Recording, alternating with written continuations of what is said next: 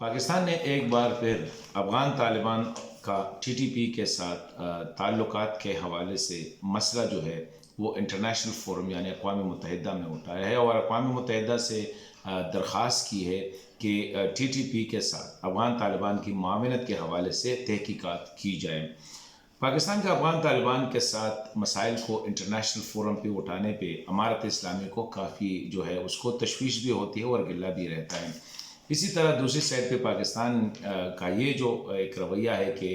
کابل کے ساتھ جب بھی مسئلہ اٹھاتا ہے تو وہ ہم کہتے ہیں لاؤڈ سپیکر کے ذریعے بولتے ہیں۔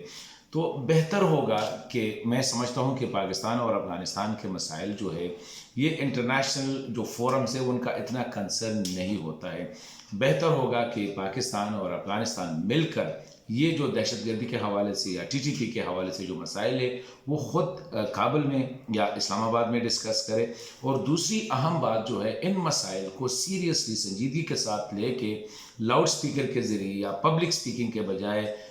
مباحثے کے ٹیبل پہ بیٹھ کے ڈسکس کرے تو بہتر ہوگا۔